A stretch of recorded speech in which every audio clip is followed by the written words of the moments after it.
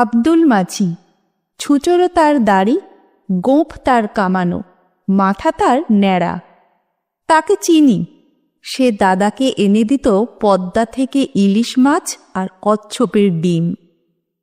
সে আমার কাছে গল্প করেছিল একদিন চৈত্র মাসের শেষে ডিঙিতে মাছ ধরতে গিয়েছে।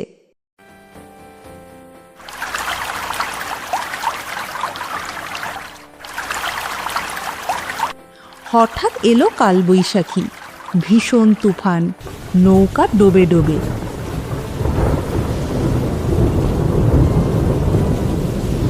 আব্দুল দাঁতে রশি কামড়ে ধরে ঝাঁপিয়ে পড়ে জলে, সাঁতরে উঠল চরে।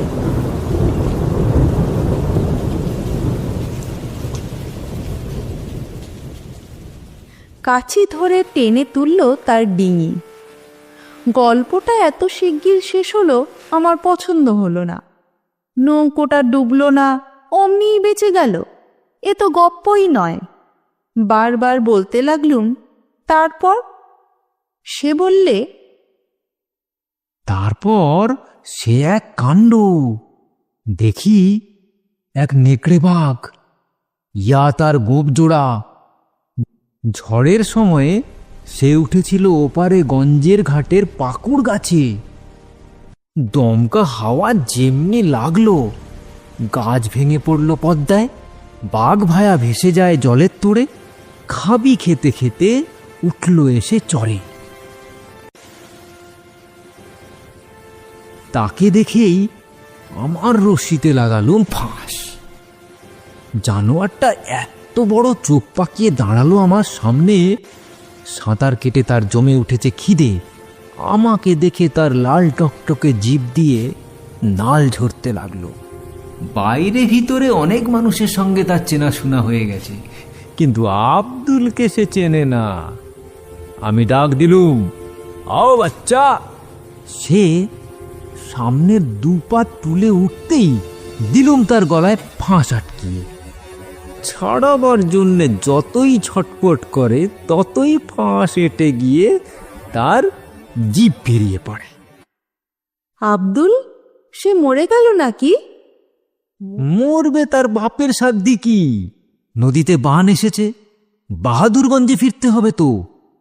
ডিঙির সঙ্গে জুড়ে বাঘের বাচ্চাকে দিয়ে গুণটা নিয়ে নিলাম অন্তত 20 ক্রোশ রাস্তা। গো গো করতে থাকে। পেটে দিই দাঁড়ের খোঁচা। 10-15 ঘন্টার রাস্তা 1.5 ঘন্টায় পৌঁছিয়ে দিলে। তারপরে কার কথা আর জিজ্ঞেস করো না বাবা, জবাব মিলবে না। আচ্ছা বেশ, বাঘ তো হলো, এবার কুমির? জলের উপর তার নাকের ডগা দেখেছি অনেকবার। নদীর ঢালু ডাঙায় লম্বা হয়ে শুয়ে সে যখন রোদ পোহায় মনে হয় ভারী বিচ্ছিরি হাসি আসছে। বন্দুক থাকলে মোকাবিলা করা যেত, লাইসেন্স ফুরিয়ে গেছে। কিন্তু মজা হলো, একদিন কাঁচি বেঁধে নি ডাঙায় বসে দা দিয়ে বাখারি চাঁচ্ছে, তার ছাগল ছানা পাশে বাঁধা। কখন নদীর থেকে কুমিরটা পাটার ঠ্যাং ধরে জলে টেনে নিয়ে চলল, বেঁধে নিয়ে একেবারে লাফ দিয়ে বসলো তার পিঠের উপর। দা দিয়ে ওই দানো গিরগিটের গলায় পোঁচের উপর পোঁচ লাগালো। ছাগল ছানা ছেড়ে জন্তুটা ডুবে পড়ল জলে।